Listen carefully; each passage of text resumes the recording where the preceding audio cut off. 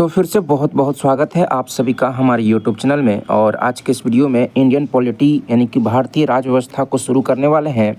और Indian polity जो आपको बताएंगे वो बताएंगे एनसीईआरटी जो सार संग्रह बुक है, बहुत ही मोस्ट इम्पॉर्टेंट फेमस बुक है, एकदम न्यू एडिशन का बुक है, 2023 का अपडेटेड आपका एडिशन है ये। और इस बुक के बारे में आप लोग बहुत अच्छे से जानते होंगे। एनसीईआरटी का आपको सार पढ़ना है ना, समरी पढ़ना है, तो इसके लिए बहुत ही बेस्ट बुक है ना। सभी सब्जेक्ट का मिला करके ये बुक तैयार किया गया है। महेश वर्मा के बारे में आप लोग बहुत अच्छे से जानते ही होंगे। तो ये जो एनसीईआरटी सार संग्रह है महेश बनवाल जी के द्वारा लिखा हुआ, इसमें आपका इंडियन पॉलिटी सबसे पहले शुरू करेंगे। और सभी तरह के प्रतियोगी परीक्षाओं के लिए इंडियन पॉलिटी बहुत बहुत इम्पोर्टेंट होता है, ये बात आपको बहुत अच्छे से पता होगा। खासकर बिहार में, बिहार दरोगा के लिए, बिहार जो दरोगा का एग्ज़ाम होता है ना, उसकी बात करें तो इंडियन पॉलिटी में जो है, इंडियन पॉलिटी से लगभग 10 से 12 क्वेश्चन पीटी और मेंस दोनों में पूछा जाता है। ठीक है, तो इसके अकॉर्डिंग आप इसको बढ़िया से, जो एनसीईआरटी सार संग्रह है, इसको आप यदि बढ़िया से जितना भी चैप्टर दिया हुआ है इसको आप अच्छे से क्लियर कर लेते हैं तो एकदम आराम से आपका 10 से 12 क्लियर हो जाएगा। तो इसमें बहुत सारा चैप्टर है ना, करीब 20-22 चैप्टर है, जिसको वीडियो वाइज बना कर आपके सामने जो है ना रिप्रेजेंट करते हुए चलेंगे। और सबसे पहला जो चैप्टर है ना, भारत का संवैधानिक विकास, कॉन्स्टिट्यूशनल डेवलपमेंट ऑफ इंडिया, ये जो पहला चैप्टर है, ये पहला चैप्टर है, इसके बारे में हम लोग बात करेंगे। तो चलिए शुरू करते हैं। आप लोग थोड़ा सपोर्ट करेंगे, चैनल को सब्सक्राइब कर देंगे, है ना। चलिए, तो पहला जो पॉइंट है, रेगुलेटिंग एक्ट 1773 द्वारा सर्वोच्च न्यायालय की स्थापना कहाँ की गई थी। तो ये क्वेश्चन है और क्वेश्चन का आंसर भी दिया हुआ है और बहुत सारा फैक्ट बीच बीच में करके दिया हुआ है जिसको आपको जानना चाहिए। तो कलकत्ता 1774 में जो है, कलकत्ता में सर्वोच्च न्यायालय की स्थापना रेगुलेटिंग एक्ट 1773 के द्वारा हुआ था, इस बात को आपको ध्यान में रखना है।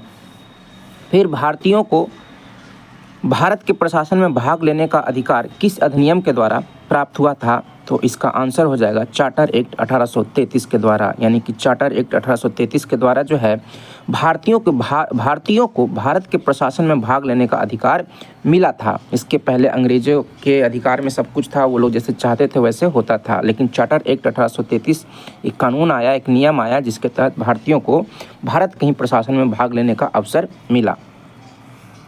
फिर आपका है, भारतीय विधान परिषद को बजट पर बहस करने की शक्ति किस अधिनियम के द्वारा प्राप्त हुई थी। तो भारत परिषद अधिनियम 1892, एकदम याद रखेंगे, ये सब इम्पोर्टेंट अधिनियम सब है। भारतीय विधान परिषद को जो है भारतीय परिषद अधिनियम 1892 के द्वारा बहस पर, है ना, बजट पर बहस करने की शक्ति प्राप्त हुई थी, भारत परिषद अधिनियम 1892 के द्वारा। फिर आपका है, केंद्रीय विधानमंडल सर्वप्रथम किस अधिनियम के द्वारा द्विसदनीय बाई कैमरल बनाया गया था। तो इसका आंसर हो जाएगा 1919 के भारत शासन अधिनियम के द्वारा जो है केंद्रीय विधानमंडल को सबसे पहली बार, है ना, द्विसदनीय बनाया गया था 1919 के भारत शासन अधिनियम के द्वारा। फिर आपका है, भारत के राष्ट्रपति को अध्यादेश ऑर्डिनेंस निर्गत करने की शक्ति मूलतः किस अधिनियम से प्रेरित है।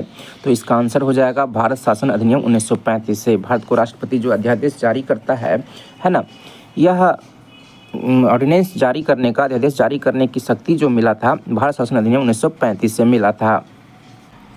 तो अब हम लोग भारत का संवैधानिक विकास पर बात करेंगे, है ना। तो भारत के संवैधानिक विकास को दो हिस्सों में बांटा गया है। एक जो है ईस्ट इंडिया कंपनी के अंतर्गत जो बहुत सारे नियम कानून लाए गए वो, फिर ब्रिटिश क्राउन के अंतर्गत बहुत सारे नियम कानून, है ना, बहुत सारा अधिनियम लाया गया। तो ये दोनों से मिल करके जो है कहीं ना कहीं भारत का संवैधानिक विकास आगे बढ़ा और अंत में हमारा देश जब आज़ाद हुआ तो भारत का संविधान बनकर तैयार हुआ, जिसका आधार कहीं ना कहीं जो है ये ईस्ट इंडिया कंपनी और ब्रिटिश क्राउन के अंतर्गत जो नियम कानून लाए गए थे उन्हीं के आधार पर हमारा संविधान बनकर तैयार हुआ। तो देखिए, British company, east India company के द्वारा जो है ना, बहुत सारा कानून लाया गया, जिसका नाम इस प्रकार से है, रेगुलेटिंग एक्ट 1773, फिर पिट्स इंडिया एक्ट 1784, फिर चार्टर एक्ट 1793, है ना। इसी नाम से उसी साल लाया गया था, इसलिए उसी नाम से रख दिया गया, उसी वर्ष के नाम से इस नियम का नाम भी रख दिया गया है। फिर चार्टर एक्ट 1813 फिर चार्टर एक्ट 1833, फिर चार्टर एक्ट 1853, है ना। इन एक्ट में बहुत सारा बात कहा गया है जिस पर हम लोग आगे चलकर चर्चा करेंगे, जो कि एग्ज़ाम में आता है। फिर भारत शासन अधिनियम 1858 के तहत क्या किया गया कि ईस्ट इंडिया कंपनी का भारत पर से अधिकार जो है समाप्त करके, छीन करके, है ना, ब्रिटिश सरकार, ब्रिटिश क्राउन अपने हाथों में ले लिया भारत का नियंत्रण और खुद जो है सब कुछ देखने लगी और उसके तहत नियम कानून बनाने लगे, जिसमें आपका पहला आता है भारत शासन अधिनियम 1858, फिर भारत परिषद अधिनियम 1861, फिर भारत परिषद अधिनियम 1892, फिर भारत परिषद अधिनियम 1909, फिर भारत शासन अधिनियम 1919, फिर भारत शासन अधिनियम 1935, फिर भारतीय स्वतंत्रता अधिनियम 1947। ये सभी ब्रिटिश क्राउन के द्वारा लाए गए नियम कानून थे। ठीक है, तो इसको एक बार आप लोग समराइज कर लीजिएगा। फिर आगे कुछ क्वेश्चन है जो कि बहुत इंपॉर्टेंट है। केंद्र में बहुत इंपॉर्टेंट है, केंद्र में द्वैध शासन व्यवस्था किस अधिनियम के द्वारा लागू की गई थी? तो भारत शासन अधिनियम 1935 के द्वारा जो है केंद्र में द्वैध शासन व्यवस्था लागू की गई थी, ये बात आप ध्यान में रखेंगे। फिर ब्रिटिश भारत में किस अधिनियम में संघीय शासन का प्रावधान था? तो भारत शासन अधिनियम 1935 के तहत जो है ब्रिटिश भारत में किस अधिनियम में संघीय शासन का प्रावधान था? संघीय शासन का प्रावधान का वर्णन जो है ना, भारत शासन अधिनियम 1935 में मिलता है। फिर नीचे, सबसे नीचे एक लाइन लिखा है जिसको लास्ट में आपको पढ़ देंगे, है ना। अब यहाँ पे ऊपर में आते हैं तो कुछ और क्वेश्चंस हैं। अखिल भारतीय संघ स्थापित करने का प्रावधान किस अधिनियम में किया गया था? तो अखिल भारतीय संघ स्थापित करने का प्रावधान जो है भारत शासन अधिनियम 1935 में किया गया है, ये याद रखेंगे। फिर आपका है भारत के संविधान में केंद्र और राज्यों के मध्य किया गया शक्तियों का विभाजन भारत शासन अधिनियम 1935 पर आधारित है। भारत के संविधान में केंद्र और राज्यों के बीच में जो है शक्तियों का विभाजन किया गया है ना। ये आधार कहाँ से लिया गया है? तो भारत शासन अधिनियम 1935 में इसका मतलब वर्णन मिलता है, वहीं से लिया गया है संविधान में, हमारे भारतीय संविधान में। फिर है आपका एक निर्वाचित संविधान सभा द्वारा भारत के संविधान का निर्माण करने का प्रस्ताव किसके द्वारा दिया गया था? तो भारत का संविधान निर्माण करने का प्रस्ताव जो है क्रिप्स मिशन के द्वारा दिया गया था, ये याद रखेंगे। देखिएगा, प्रस्ताव पेश के संविधान निर्माण करने का प्रस्ताव दिया गया था क्रिप्स मिशन के द्वारा, लेकिन संविधान सभा गठन जो किया गया था वो कैबिनेट मिशन के द्वारा किया गया था। दोनों को ध्यान में रखेंगे।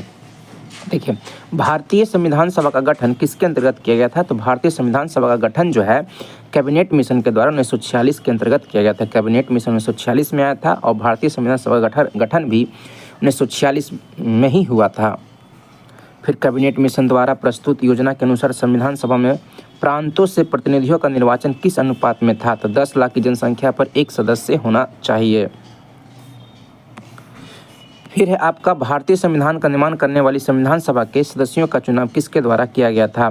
तो विभिन्न प्रांतों की विधान सभाओं के द्वारा, है ना। भारतीय संविधान का निर्माण करने वाली संविधान सभा के सदस्यों का, जो संविधान बनाना था उसके सदस्यों का चुनाव जो है ना, किसके द्वारा किया गया था? तो विभिन्न प्रांतों की विधान सभाओं के द्वारा किया गया था। फिर अंतरिम सरकार बना था 1946 में, है ना। तो अंतरिम सरकार में बहुत इंपॉर्टेंट है ना, कभी कभी क्वेश्चन यहाँ से पूछ लिया जाता है कि अंतरिम सरकार 1946 में जो बना था, है ना, उसमें सदस्य कौन कौन थे और उनको कौन कौन से विभाग मिले हुए थे, ये इम्पॉर्टेंट है। तो पहला बात करते हैं, अंतरिम सरकार की बात कर रहे हैं, ठीक है। अंतरिम सरकार याद रखेंगे, 1946 में अंतरिम सरकार का गठन किया गया था, है ना, जिसमें पहला हम लोग बात करेंगे जवाहरलाल नेहरू जो थे, है ना, राष्ट्रमंडल संबंध तथा विदेशी मामले इनके अंतर्गत थे, यानी कि जवाहरलाल नेहरू जो थे राष्ट्रमंडल संबंधित तथा विदेशी मामले के, है ना, मंत्री थे। फिर आपका सरदार वल्लभ भाई पटेल, ये गृह विभाग, है ना, गृह विभाग सूचना एवं प्रसारण मंत्री थे, है ना, अंतरिम सरकार में। डॉक्टर राजेंद्र प्रसाद खाद्य एवं कृषि मंत्री थे, बहुत इंपॉर्टेंट है, डॉक्टर राजेंद्र प्रसाद का याद रखेंगे, है ना, कि अंतरिम सरकार में खाद्य एवं कृषि मंत्री कौन थे? तो डॉक्टर राजेंद्र प्रसाद थे। फिर जॉन मथाई, उद्योग एवं नागरिक आपूर्ति मंत्री कौन थे? तो जॉन मथाई थे। फिर जगजीवन राव, श्रम मंत्री थे जगजीवन राव, है ना, अंतरिम सरकार में। फिर सरदार बलदेव सिंह रक्षा मंत्री थे, है ना, अंतरिम सरकार में। लियाकत अली खां वित्त मंत्री थे अंतरिम सरकार में। फिर सी राजा गोपालाचारी, ये शिक्षा एवं कला मंत्री थे, है ना, अंतरिम सरकार में।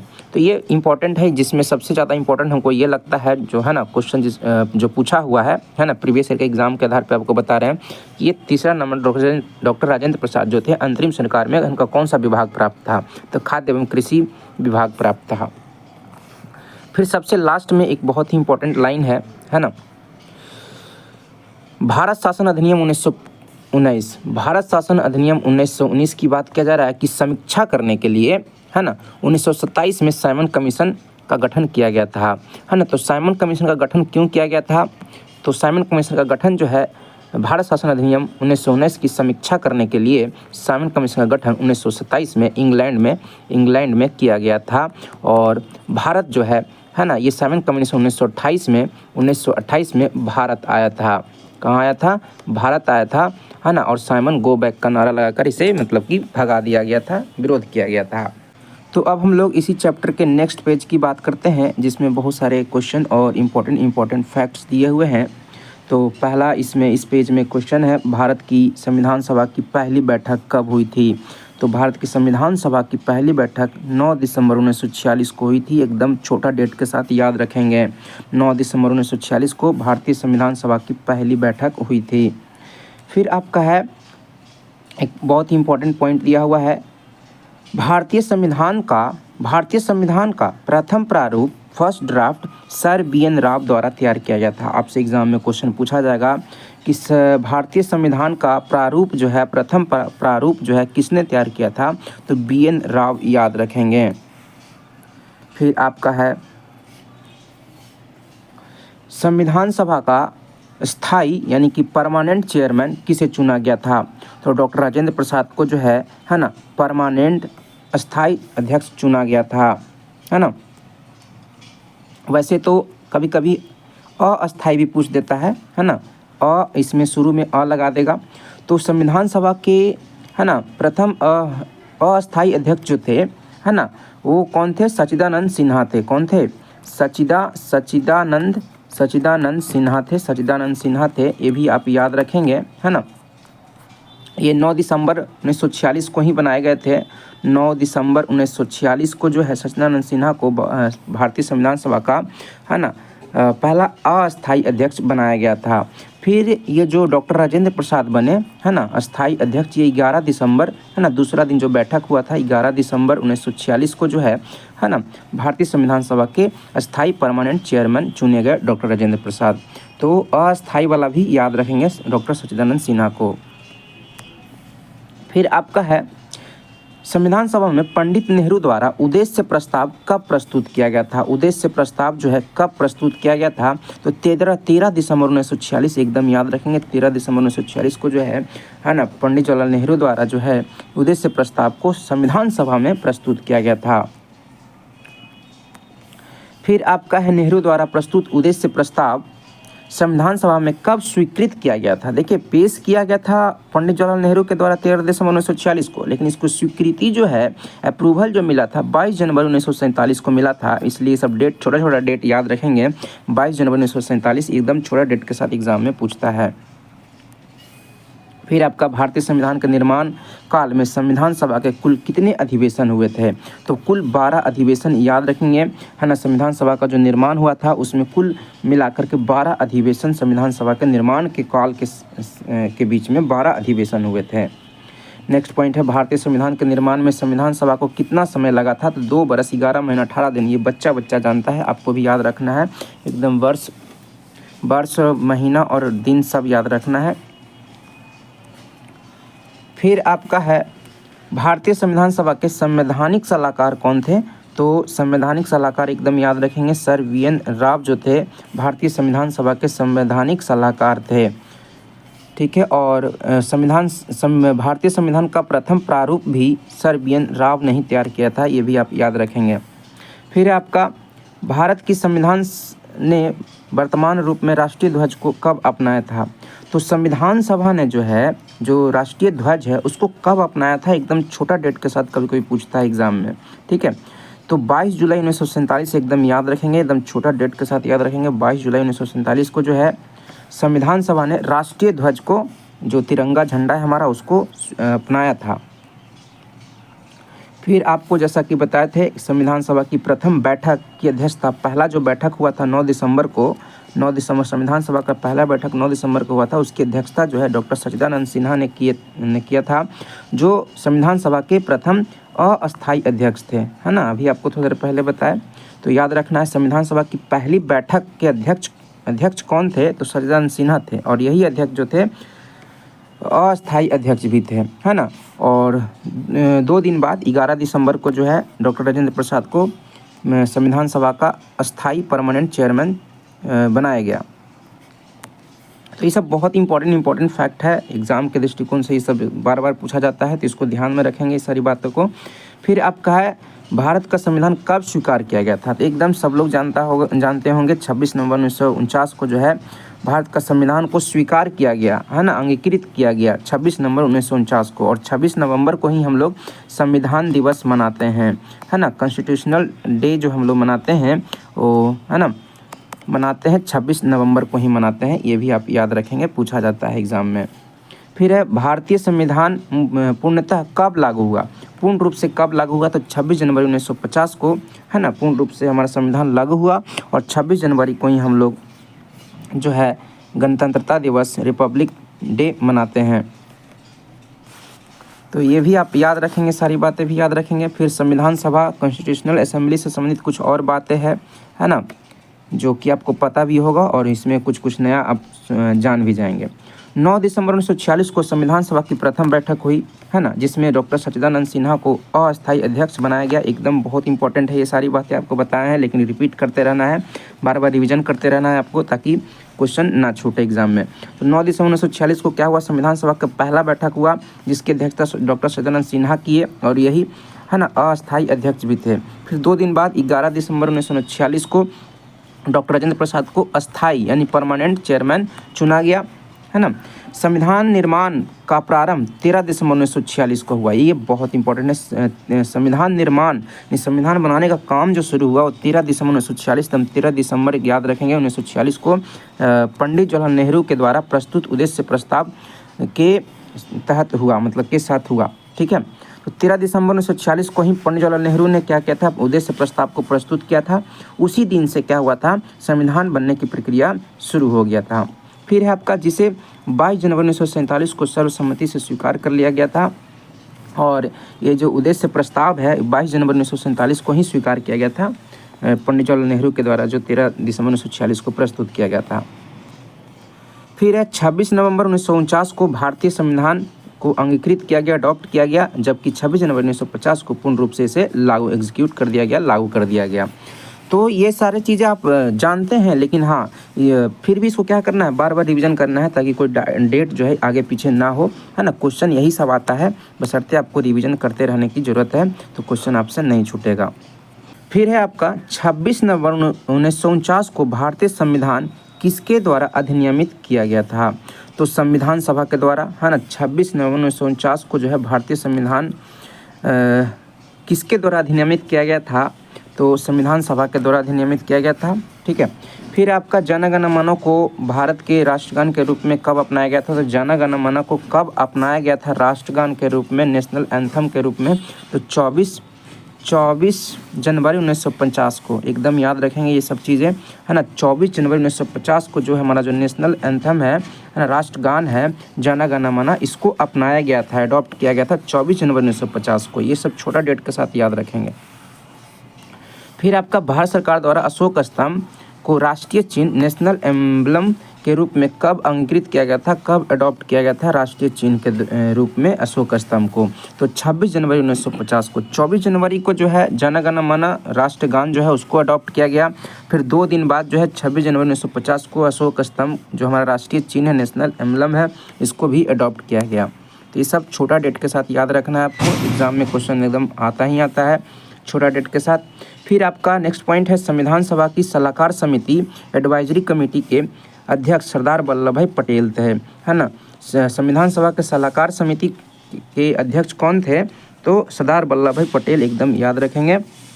फिर है संविधान सभा की झंडा समिति के अध्यक्ष कौन थे, संविधान सभा के झंडा समिति के अध्यक्ष जो थे डॉक्टर राजेंद्र प्रसाद थे। कौन थे, है ना, झंडा समिति के अध्यक्ष पूछा जाएगा तो डॉक्टर राजेंद्र प्रसाद एकदम सही हो जाएगा। अब हम लोग बात करेंगे जो संविधान सभा के प्रमुख समितियां थी और उन समितियों के जो प्रमुख अध्यक्ष थे उसके बारे में बात करेंगे। एग्जाम में क्वेश्चन कभी मिलान करने के लिए दे देता है और कभी कभी डायरेक्ट भी पूछ देता है कि संविधान सभा के कुछ समितियों का नाम दे देगा और उनके अध्यक्ष का नाम दे देगा और मिलान करने के लिए ऑप्शन के अकॉर्डिंग आपको मिलान करने के लिए इधर से उधर मिलान करने के लिए देता है ना। बिहार दरोगा में ऐसा क्वेश्चन अक्सर आते रहता है। तो बात करते हैं, पहला संघ शक्ति समिति। संघ शक्ति समिति के अध्यक्ष थे पंडित जवाहरलाल नेहरू, एकदम याद रखेंगे। फिर दूसरा संघीय संविधान समिति के अध्यक्ष थे पंडित जवाहरलाल नेहरू ही थे। फिर प्रांतीय संविधान समिति के अध्यक्ष सरदार वल्लभ भाई पटेल थे, है ना, ये बहुत पूछता है। प्रांतीय संविधान समिति के अध्यक्ष कौन थे, सरदार वल्लभ भाई पटेल थे। फिर प्रारूप समिति के अध्यक्ष डॉक्टर भीमराव अम्बेडकर थे। प्रारूप समिति के अध्यक्ष कौन थे, डॉक्टर भीमराव अम्बेडकर थे। फिर मौलिक अधिकारों एवं अल्पसंख्यकों संबंधी परामर्श समिति के अध्यक्ष डॉक्टर वल्लभ भाई पटेल, सरदार वल्लभ भाई पटेल ही थे, है ना। क्या बोले, 5वां नंबर में मौलिक अधिकारों एवं अल्पसंख्यकों संबंधी परामर्श समिति के अध्यक्ष थे सरदार वल्लभ भाई पटेल थे। फिर प्रक्रिया नियम समिति के अध्यक्ष डॉक्टर राजेंद्र प्रसाद थे। प्रक्रिया नियम समिति के अध्यक्ष कौन थे, डॉक्टर राजेंद्र प्रसाद थे। फिर राज्यों के लिए समिति के अध्यक्ष कौन थे, पंडित जवाहरलाल नेहरू थे। राज्यों के लिए समिति के अध्यक्ष थे पंडित जवाहरलाल नेहरू थे। फिर संचालन समिति के अध्यक्ष डॉक्टर राजेंद्र प्रसाद थे। संचालन समिति के अध्यक्ष कौन थे, डॉक्टर राजेंद्र प्रसाद थे। इस प्रकार से आप देखते रहेंगे तो आपको, है ना, बार बार रिवीजन करते रहेंगे तो आपको याद होते चला जाएगा। फिर आपका है संविधान सभा के कार्यों से संबंधित समिति के अध्यक्ष कौन थे। संविधान सभा के कार्यों से संबंधित, है ना, संबंधित जो समिति थी उसके अध्यक्ष थे जीबी मावलंकर थे। बहुत यूनिक क्वेश्चन है ना। संविधान सभा के कार्यों से संबंधित समिति के अध्यक्ष थे जीबी मावलंकर थे। फिर आपका, है ना, यहाँ पे फैक्ट दिया हुआ है, बहुत सारा इंपॉर्टेंट पॉइंट दिया हुआ है जिसको, है ना, जानेंगे तो आपका ज्ञान बढ़ेगा। यहाँ डॉक्टर बी.आर. अम्बेडकर की अध्यक्षता में संविधान सभा की प्रारूप समिति में 6 सदस्य थे, है ना, बहुत इंपॉर्टेंट है। Doctor B R. अम्बेडकर की अध्यक्षता में संविधान सभा की प्रारूप समिति में कितने सदस्य थे, तो कुल 6 सदस्य थे। और इन 6 सदस्य का कभी कभी, है ना, क्वेश्चन इधर उधर घुमा कर क्या करता है, क्वेश्चन पूछ लेता है। तो पहला जो सदस्य है A.N. गोपालास्वामी अयंगर, दूसरा K.M. मुंशी, तीसरा B.M. मित्रा, बाद में B.M. मित्रा के स्थान पर N. माधव राव आ गए थे। तो ये सब किसके स्थान पे क्या आ गए थे, ये भी पूछा जा सकता है, ठीक है। तो B.M. मित्रा के स्थान पर कौन आए थे, N. माधव राव थे। फिर अलादी कृष्णा स्वामी अय्यर, सैयद मोहम्मद सादुल्ला तथा D.P. खेतान के स्थान पर T. कृष्णामाचारी आ गए थे। D.P. खेतान के स्थान पर कौन आ गए थे, T. कृष्णामाचारी आ गए थे। तो ये सब ध्यान रखेंगे। फिर आपका नेक्स्ट पॉइंट, संविधान सभा में डॉक्टर बी.आर. अम्बेडकर की अध्यक्षता में प्रारूप समिति का गठन कब किया गया था, तो 29 अगस्त 1947 को जो है प्रारूप समिति का गठन किया गया था, है ना। संविधान सभा ने डॉक्टर बी.आर. अम्बेडकर की अध्यक्षता में प्रारूप समिति का गठन कब किया गया था, एकदम बहुत इंपॉर्टेंट है। प्रारूप समिति का गठन कब किया गया था, तो 29 अगस्त 1947 को किया गया था। फिर डॉक्टर बी.आर. अम्बेडकर का संविधान सभा में निर्वाचन किस प्रेसिडेंसी से हुआ था, तो बम्बई प्रेसिडेंसी से हुआ था, है ना, 1947 से 1950 के बीच में। फिर इसके पहले बम्बई प्रेसिडेंसी से पहले इनका निर्वाचन हुआ था बंगाल प्रेसिडेंसी से हुआ था 1946-47 में, है ना। तो ये याद रखेंगे, ठीक है। ये सब बहुत ही फैक्चुअल डाटा है, एकदम एग्जाम में पूछने वाला सब डाटा सब दिया हुआ है, एकदम फालतू चीज़ नहीं है, एकदम टू द पॉइंट सब कुछ लगभग दिया हुआ है, ठीक है। तो अब एक लाइन नीचे है, बहुत इंपॉर्टेंट है ना, ध्यान से सुनेंगे। भारत का संविधान मूलतः 2 भाषाओं हिंदी एवं अंग्रेजी में लिखा गया है और सभी सदस्यों ने इन दोनों प्रतियों पर हस्ताक्षर किए हैं। तो यहाँ से एक ही लाइन इंपॉर्टेंट बनता है कि भारत का संविधान मूलतः 2 भाषाओं में लिखा गया है, हिंदी और अंग्रेजी।